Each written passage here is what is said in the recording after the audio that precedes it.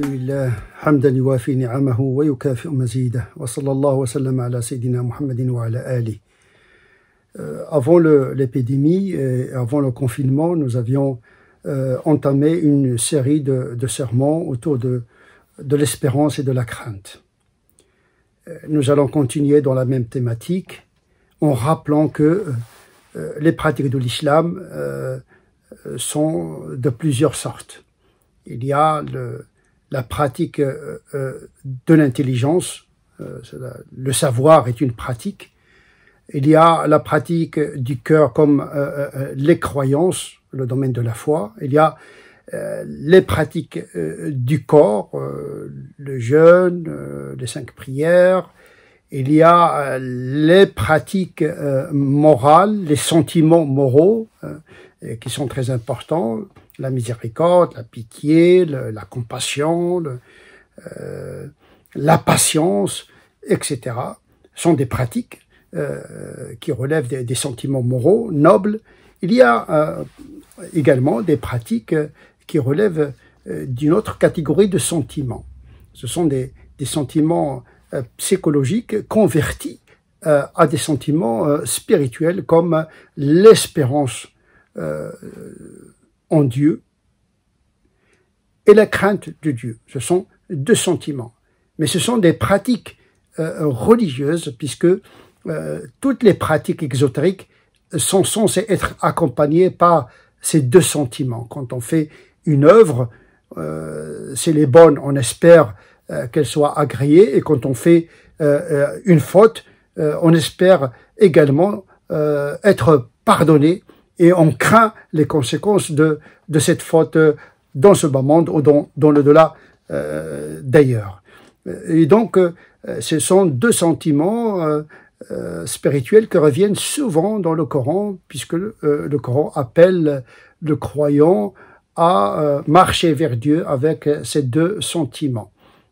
Les mystiques disent que le croyant, dans son cheminement, dans son envol, dans son vol vers Dieu, il l'accomplit avec 2 ailes, l'aile de l'espérance et l'aile de la crainte. Donc il n'est pas concevable pour le croyant de pratiquer sans avoir ces deux sentiments à l'égard d'Allah subhanahu wa ta'ala. Et le prophète lui-même vivait cet état qui oscille entre la crainte et l'espoir.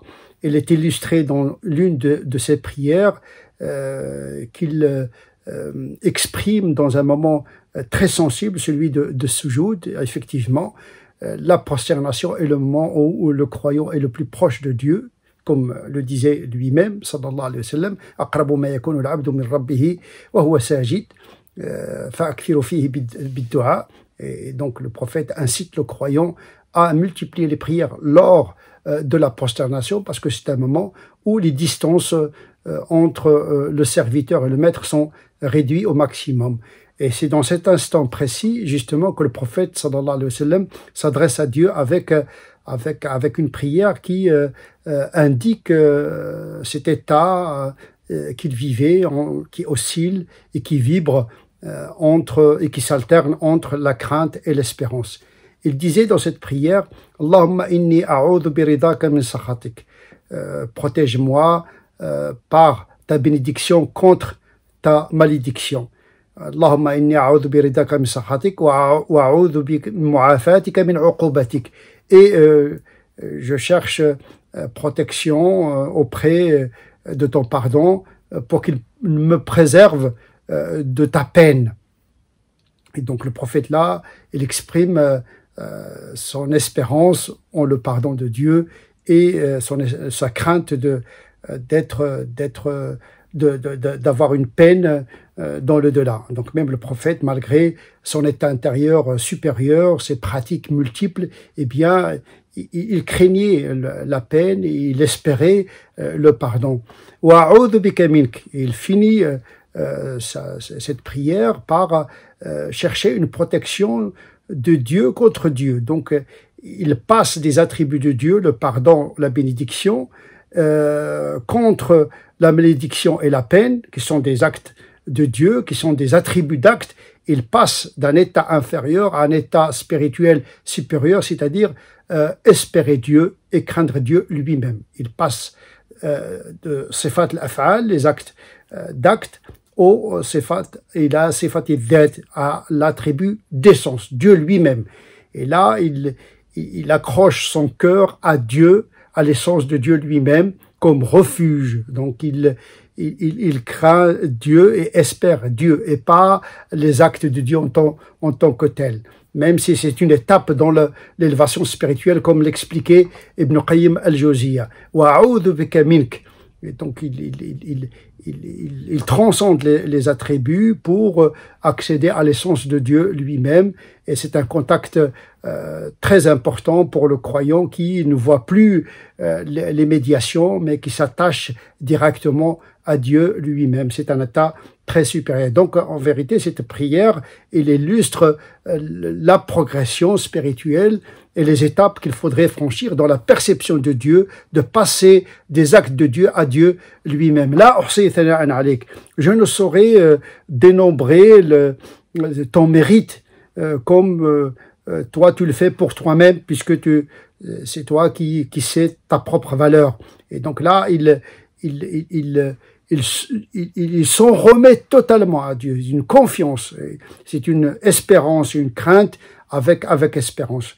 Et donc le musulman, il est amené à suivre cet exemple, sauf que, comme dit le Ghazali, le musulman doit toujours faire prévaloir l'espérance en Dieu plus que la crainte, puisque Allah est miséricordieux et il a la grâce gratuite, et que sa miséricorde l'emporte de loin de sa colère. Et donc, logiquement, il doit plus espérer Dieu que le craindre. Et donc, le musulman est amené justement à bien doser ces deux sentiments pour justement éviter, grâce à l'espérance, éviter le fanatisme, parce que quand on n'espère pas, on multiplie les prières, on tombe dans l'obsession des pratiques.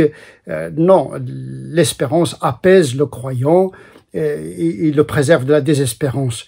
Et le préserve également, surtout, du fanatisme. Et la crainte le préserve du laxisme. Et donc, la crainte et l'espérance sont des modérateurs des pratiques, et c'est comme ça que le musulman doit accompagner ces pratiques exotériques et ésotériques d'ailleurs. Et donc, ce sont deux notions très importantes qu'on va développer dans les causeries qui suivront. اللهم صل على سيدنا محمد وعلى آل سيدنا محمد كما صليت على سيدنا إبراهيم وعلى آل سيدنا إبراهيم وبارك على سيدنا محمد وعلى آل سيدنا محمد كما باركت على سيدنا إبراهيم وعلى آل سيدنا إبراهيم في العالمين إنك حميد مجيد سبحان ربك رب العزة عما يصفون وسلام على المرسلين والحمد لله رب العالمين.